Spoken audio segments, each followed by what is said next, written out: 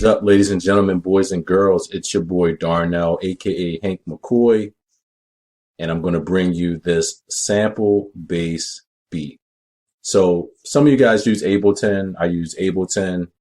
I use an MPC. Use different equipment. It all depends on what I'm feeling and what I want to deliver for that particular session. So I'm going to show you guys how to quickly and easily chop up some samples in Ableton Live. And I'm going to just show you my workflow and how I go from selecting the sample all the way down to chopping it up and just making a beat that you'll like, your clients will like. You can play it and use it, and or even sell it if you choose to. So let's just go ahead and get in. So the first thing that we're going to look at is just going to check out a few settings. So I'm in Ableton here, and you can see I'm going to first adjust my tempo. Well, actually, before I do that, I'm going to go to my default setting because I already have some default set up. That's the first thing I'm going to do. And I'll just kind of walk you through the flow. So my default setting is I usually set everything to 4 bars. It's just simpler that way. And I start off with 2 MIDI tracks here. All right. So the cool thing about Ableton is it has MIDI tracks and audio tracks, depending on what you want to record in. If you wanted to record in like some live guitar, you could into an audio track, or if you're using plugins, you can do that through these MIDI tracks. So that's how I'm going to start. I'm going to start right here on this MIDI track. And first thing I do is I adjust the tempo. So this is at 110. That's pretty cool. Like I can roll with that. Sometimes I make beats for folks, and I got some old school rappers, and they're like, "Hey man, 110 is too fast for me." They like stuff more in the 90 to 95 range. So let's actually do that. Let's put it in like the 95 range. And for this one, we'll go at a little slower tempo. The next one I do, it'll be at a faster tempo. So that's the first thing I do. And then we'll go ahead and name this track something. All right, I know you guys didn't come here for this part, but I just want to show you the workflow. So people are sending me text messages, of course, because I'm doing this with y'all. So let's just call this, we're going to call this Beat Makers. Let's go with 220. I like that. All right, boom. Beat Makers 220. Let's roll with that. Also, just to let y'all know why I'm doing this, I am creating a course for this where you can, and some of the information will be in the description. So just go ahead and check that out. You can shoot me an email if you want to be added and receive information. I am creating a course that'll have this content and other content, a lot of tips and tricks and secrets that will help you improve your music and just have you out making beats before you know it. All right. So I am going to first use some plugins I have. So you can go ahead over the plugins over here in Ableton, and it's under VST. That's where your plugins will be. And there's different ones for different jobs. So the first thing I'm going to do is I'm going to use my plugin called, so I got the MPC here. I'm not going to use that this go around. I'm going to use battery instead. So I have battery 4. Go ahead and load that up. So that's what I got here. I'm going to use the stock sounds that come with it, preloaded. That's cool. Just go ahead and roll with this. There's a kit called the DMX kit. I'm going to go ahead and set that up. So like the DMX kit, as far as what I'm using, as far as my controller, I'm using an MPD 225. So that's what, 226. I'm sorry. That's what I'm rolling with today. And in the future, I'll have the camera maybe record down as I trigger things, but you can kind of still see my workflow. You'll see everything triggering in battery. Let me see. Let me restart it. Sometimes it doesn't trigger right, so let me load it back up. It's probably coming back to life. There we go. All right. So I'm triggering all that off of my MIDI controller. So, all right. So that's what I'm going to roll with. So I got this kick, that snare,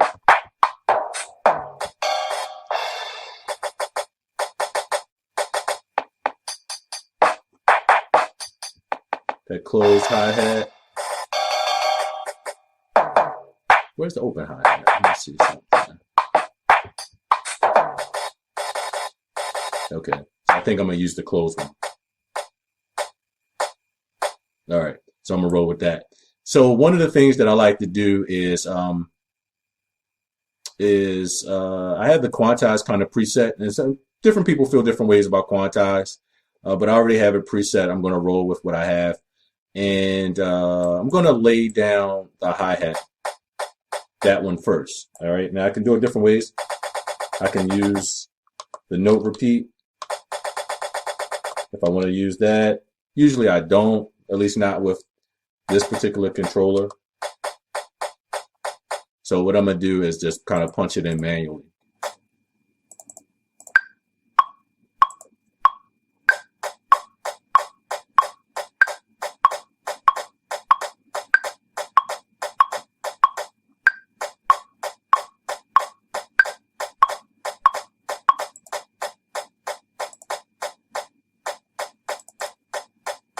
All right, just to clean it up. All right, I'm gonna add that swing in there now. See how they have all these extra spaces, so I'm not liking that.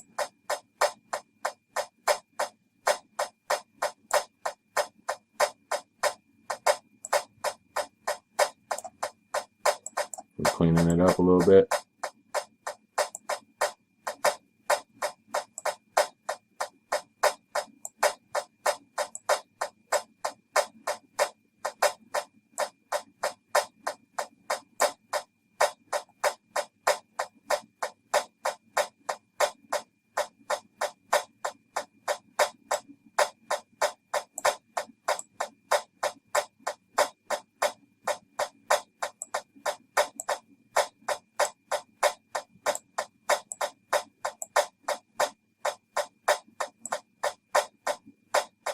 And so while I'm doing this, I know this is not the most exciting thing right here, because it's really a timing issue, and that's what latency does. When you have latency issues, it's going to mess up the timing. So you have to kind of clean it up. But it's good practice too. Because it will happen. It can happen. And if I wanted to, I could add another one there. I just double clicked in that space. All right. So that's good. I like it. So we got the swing on it. It's already quantized. Let me show you another trick too while we're doing it. In Ableton, you can see that battery's not here anymore. So in Ableton, what we could do is click this little this icon down here, and it'll bring up this screen. And then you click on the wrench here, and it'll bring up battery. It'll bring battery back up. So that hi-hat is what we got going. So we can adjust it right here in battery. So if I wanted to, I could, if I want to pitch it up or pitch it down, just slide it to the left or the right. And if I wanted to be a little bit dark, I could do that. I can also adjust the sound wave here if I want to adjust the end.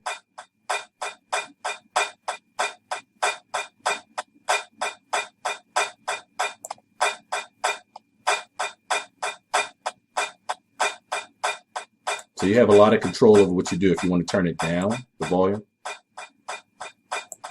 you can. So you can get really detailed in your sound, what you want. You know, you can also adjust the compression, the velocity. That's another thing too. Let me show you that real quick. So if I wanted to adjust the velocity to add a little bit more of a swing to it, and also let me go ahead and save my work.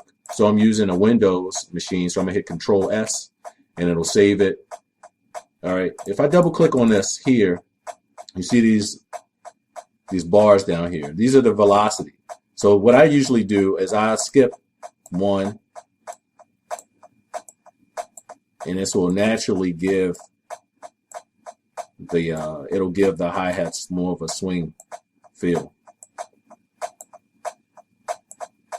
You know, so in addition to the swing we have, it'll give it another swing to it as well.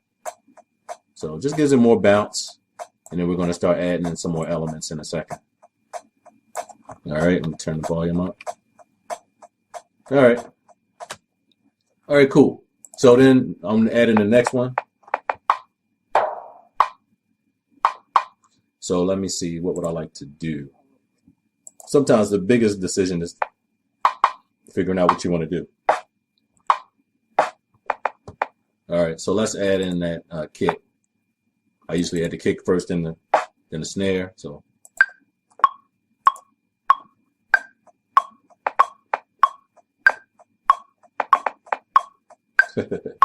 I'm telling you, this latency is killing me. It's killing me, killing me.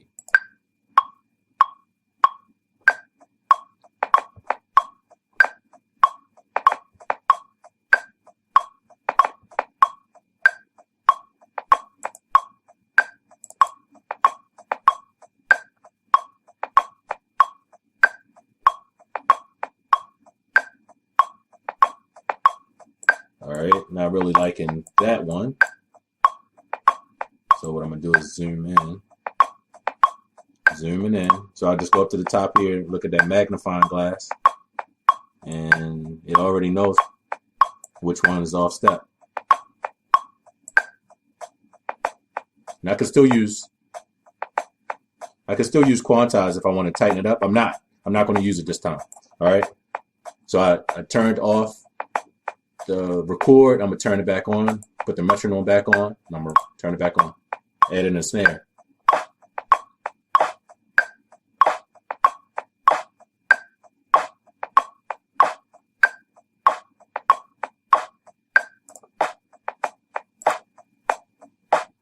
And that same swing that I told you about before is also applied to the kick in the snare. Now, if I wanted to do it, I could do it differently. I could keep the hi-hats on a different MIDI level. All right, so I could just open up another MIDI track and then put the kick and the snare on that.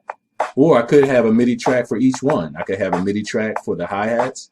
I could have a separate MIDI track for the kick, and then another one for the snare. Let's go ahead and add another MIDI track in just so I can show you how to do that. You just go up to create, and then you insert a MIDI track. Boom. And there it is. So this one here was just inserted. All right. All right, I'm gonna Control S and save my work. So far so good. I still have control. Battery gives you a lot of control, like I said. If I want to go into that snare, and again, if I want to do some compression to the snare, I can, and just turn it on and then start to manipulate it.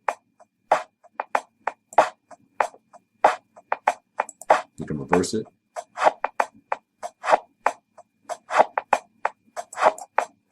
All right, I can tune it up, tune it down.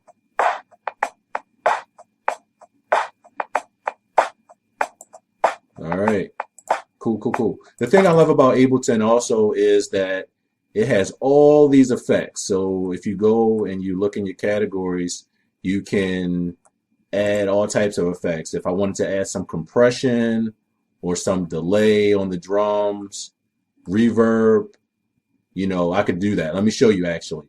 So I'm gonna demo it, let it play, and then I'm gonna add a little bit of reverb. All right, just to wet the drums up a little bit. So let's do, I'm telling you, sometimes the toughest thing is just choosing what you want to do.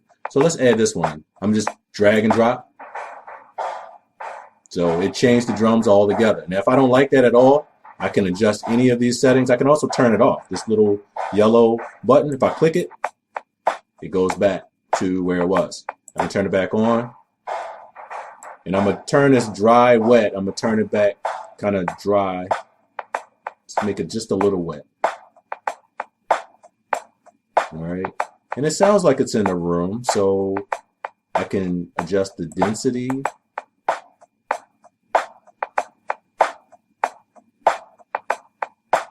Still has that wet feel to it. Sounds kind of hollow.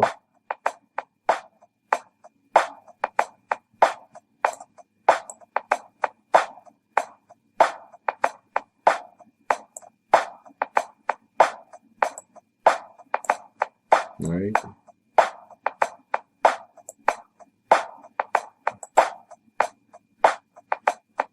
Take some of the low end out. All right, I like that.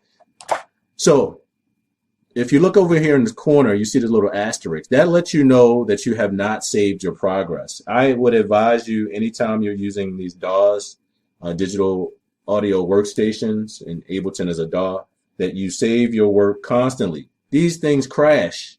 All right, they will crash. The system will crash, and you might have a great piece of work that you've done, a great piece of music, and your system crashes. That's the worst.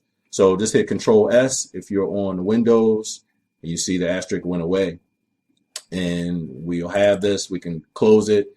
We can do whatever we want. So let's go ahead and get into what you came here for, which is the sample. All right, so let's get into a sample.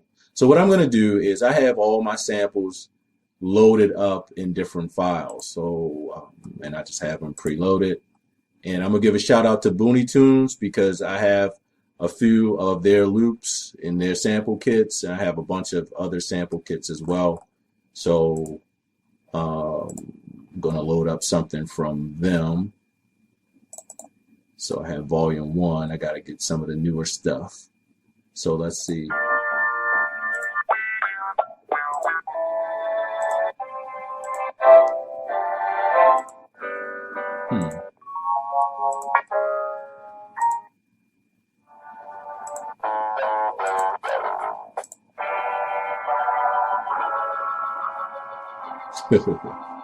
I like that. All right. So another thing that's cool about Ableton is it'll demo a lot of the sounds for you. And if you click on it, a sound that you like, if you click off of it, it'll turn the sample up. I mean, it'll turn the demo off. So the way that I do it is I use a MIDI track. This is how I sample in Ableton. On that MIDI track, I just go ahead and highlight it, as you can see here. And then what I'm going to do is drag this sample down here to this open area. Boom. All right. And you can see that this sample is now here. I can trigger it. That's not what we came here for though, right? So the way my workflow goes is I warp it first, because warping is basically stretching the sample to fit this BPM, which is 95, right? It's going to make the sample fit our time, which is 95 beats per minute. The next thing I do is I click slice. All right, and you can see that all these little slices came up. And I can trigger that on my MPD 226. All right, now that's not exactly what I want. I can't play music from that. So what I do is I go to slice by, and then I go down to region. Now you see it cut it up or sliced it into, I believe these are 8 slices. 1, 2, 3, 4, 5, 6, 7, 8. Right.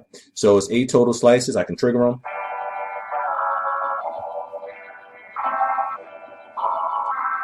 All right. So I can trigger them as I like. And what's cool about this as well is I can now, if I want to pitch it up, I can go down here to transpose. And let's say I pitch it up 3 steps.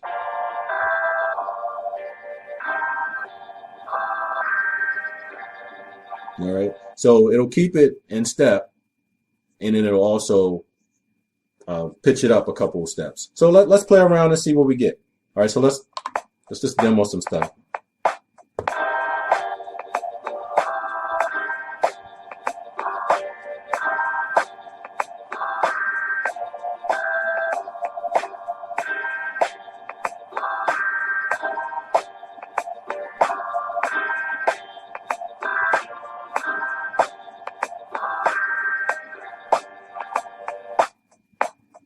Yeah, that's kind of cool. I like it. It's simple.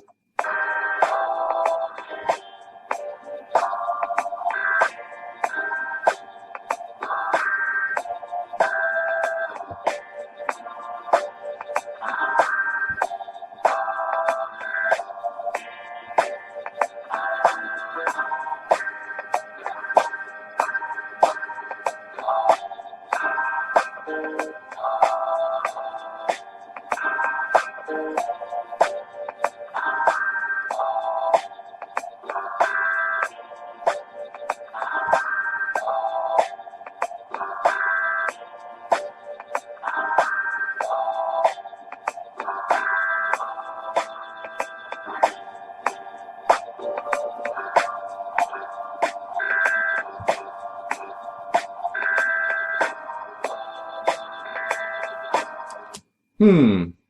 Choices. All right. So what I'll do normally is I'll go here and I'll readjust my settings. I want to keep my drums the way that they are. We could change them. I'm going to keep them. If I just highlight everything there, right click, click on duplicate, Ableton will automatically duplicate that for me and stretch it out. And I can then I'll have as number the many as number the many as many bars as I need. So I'll duplicate it again. And maybe I won't use all of this. Maybe I will. I'm just going to record something in and see. Truthfully, to be honest with you, I'm not really feeling the sample. So I think it sounds okay. Let me pitch it down and see how I feel about it.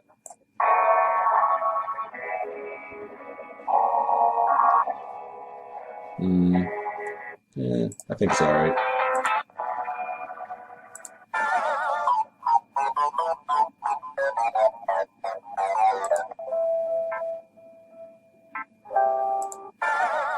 We can try that. That's kind of crazy. So you see everything changed, and my workflow, I can just go really from sample to sample really easily. Let me see.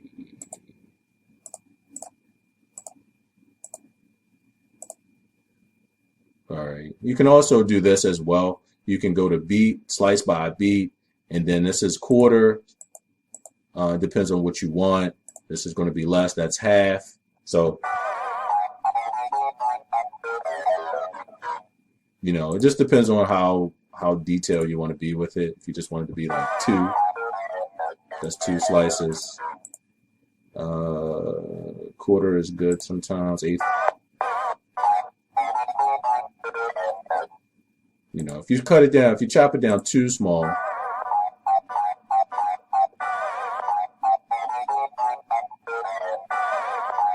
so if you cut it down too small, then it's going to be kind of hard to come up with something. But if you quarters works, it all depends on the sample. One of the tricks with this too is you want everything to be like a perfect loop. These are sample packs, so they come as a perfect loop. But if you were like saying you were getting a sample from an R&B song or an old soul song, you would need a perfect loop, and then you would chop it from there. So we'll get into that. That'll be another video when I do the MPC. I'll talk about that. So let's just play it and see what we come out with.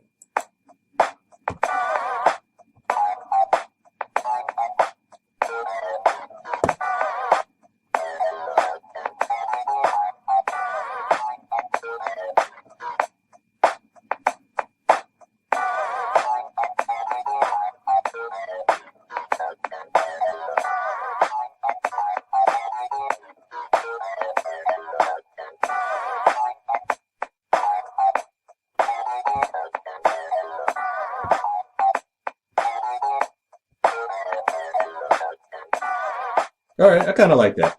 So let's roll with that. I didn't pitch it up or anything. Actually, it's already transposed to 3. So let's just roll with that.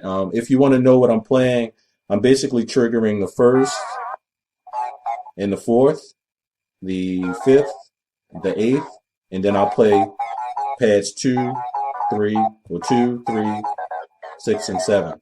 All right, and that's just a random order, but that's kind of the structure of it. So it's like 1, 4, 5, and 8, and then everything else in between. So let's just play it and see what happens. I could set metronome. I mean, why not? I'll just go ahead and set it and let's go. Let's do it.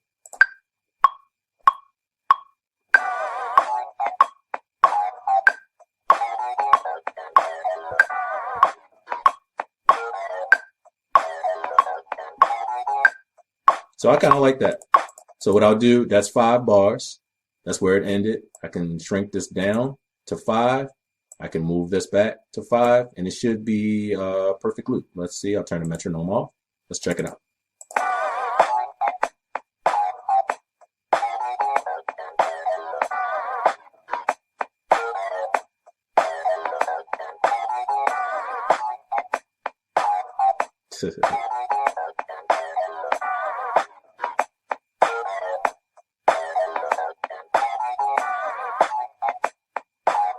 Yeah, I like it. If one of you guys want this beat, let me know. I'll send it to you.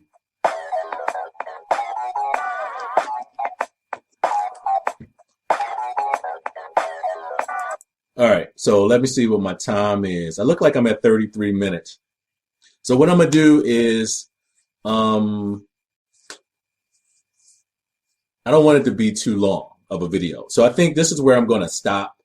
And I think what I'm gonna do is the next video, I'm gonna take it to the next level. So what I'm gonna do in the next video is I'm gonna show you how I create a baseline for this and what we would need in order to create a baseline that would sync and everything would just flow. So let me go ahead and end on that note. So again, this is Darnell, your boy Hank McCoy. If you need anything, reach out to me. Like I said, I am creating a video series where I'm going to show you the tools that I use and kind of like what my workflow is and even how I think about and what I'm doing to figure out how to make beats and how to just have an effortless flow. This video is about 34 minutes, but that's not long really to make a beat. So there's more elements that we can add in, and we will. So stay tuned to the next video. All right, peace.